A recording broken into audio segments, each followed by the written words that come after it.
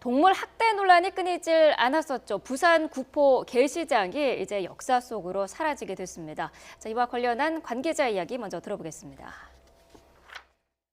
단순히 게시장 폐쇄의 목적을 둔 것이 아니라 게시장 상인들의 업종 전환 지원을 통해 상인들의 새로운 경제 활동을 돕고 구포시장 전체 발전을 도모하려는 것이다. 예. 부산의 구포 게시장 가보셨습니까? 혹시? 저는 지나가 봤어요. 아, 그러셨어요? 오래됐습니다. 예. 최근에는 못 가봤는데 제가 한 20여 년 되는 것 같네요. 젊은 시절에 이제 부산 친구 집에 갔다가 여기 게시장이야. 그때는 활성화돼 있을 때예요. 굉장히 새우리 속에 개들도 많고, 그렇군요. 그다음에 이제 이 고기들도 이렇게 진열이 돼 있고. 그런데 지금은 많이 이제 좀 한산해졌다 이런 얘기를 하지만 네. 60여 개에 달했던 이 업소가 점포가 지금 20여 개로 줄었다. 그래도 저는 3분의 1로 규모는 축소됐지만 20여 개는 아직 장사를 하고 있다는 점에서는 바로 지금 저 영상이잖아요. 네, 저 영상 때문에 이번에 이제 문제가 된 그런데 건데. 지금 도시 개발을 생각을 해보면요. 예. 생각해 보세요. 이 60여 개 점포가 20여 개를 줄었다 하더라도 예. 이 개시장이 형성돼 있는데 저 주민들은 우선 악취 때문에 너무 이 지역이 좀 어수선하다.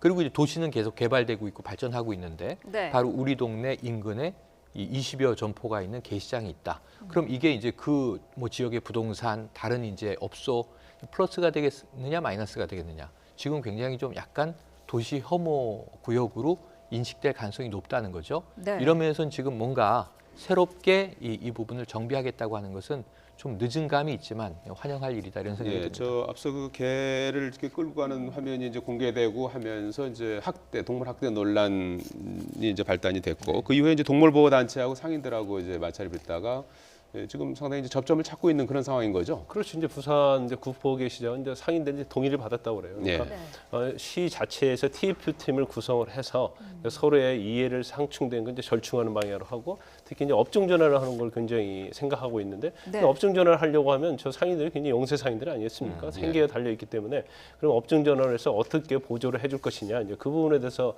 지금 많은 고민과 그리고 협의를 하겠다는 거 굉장히 좋은 상생 방안이라고 봅니다. 네. 사실 개고기에 관련해서 그전부터 논란이 굉장히 많이 있었어요. 특히 이제 성남에서 유명한 게 모란시장 아닙니까? 네. 그래서 개고기 판매업자들은 이걸 합법화해달라. 그러면 요구를 했었고 동물보호단체에서는 이걸 없애고 불법화해야 한다. 이제 그런 취지 아니겠습니까? 네. 제일 사실 뭐 좋아하시는 분도 있고 좋아하지 않으시는 분도 있겠지만 가장 이제 문제되는 것이 1번은 유생이고 네. 두 번째는 이제 개를 도살하는 과정에 있어서 동물 학대 이제 이런 것들을 동물보호단체에서는 가장 문제를 삼고 있죠. 예. 네. 그렇지만 뭐 저는 개인적으로 볼 때 이 개고기에 관련된 부분은 상당히 좋아했던 분들이 많이 떠나고 있는 건 맞는 것 같아요. 어떤 시대적 흐름도 그렇고 이제 반려견에 대한 특히 그런 인식이 굉장히 많아지면서 그런데 또 이걸 뭐 음식에 불과한데 이걸 가지고 뭐 법적으로 제재를 한다랄지 그것은 잘못된 것이라는 주장도 법적으로는 지금 어떻게 정리가 돼 있습니까? 가상화폐도 지금 법에 사각지대 지금 있고 이 부분도 지금 저거 자체는 사실은 뭐 법적으로 인정이 안 되고 음식으로는 인정이 안 되고 있는 거죠. 그런데 실질적으로 한국 내에서 이제까지 중요한 음식 중에 하나가 됐던 거 아니겠습니까? 예. 그래서 정부도 굉장히 저 부분에 좀 민감한 부분이 좀 있을 수밖에 없거든요. 네. 그래서 그렇지만 저 부산 구포시장의 어떤 상생 방안 자체가 향후에도 아마 뭐 성남이랄지 다른 개고기를 파는 지역에서도 뭐 적용될 가능성이 좀 크지 않나 싶습니다. 예. 네. 자, 이번 결정은 상인들 스스로 내린 결정이라는 점에서 눈길을 끄는데요. 상인들은 어떤 생각을 하고 있는지 들어봤습니다. 직접적인 보상과 기타 간접적인 보상으로 해야 우리가 상인들이 나갈 수 있는 길을 먼저 터줘야 지금 되는 거지. 모든 상인들이 그 게시장 상인들이 이 부분에 대해서 전업에 동의를 했다는 그 부분이 지금은 굉장히 큰 의미라고 생각을 하고 있습니다. 네. 예. 자, 상인들 같은 경우에는 업종 전환에 네, 동의를 네. 했다라는 건데. 왜냐하면은 네. 이 상인들의 경우에 굉장히 오랜 시간을 여기서 주로 이 개고기를 매매하는 일을 해오셨다 하면 네. 일반적으로 우리가 정육점인데 좀 특화돼 있다고 생각할 수 있겠는데 예. 앞으로 이 시장은 사용하잖아요.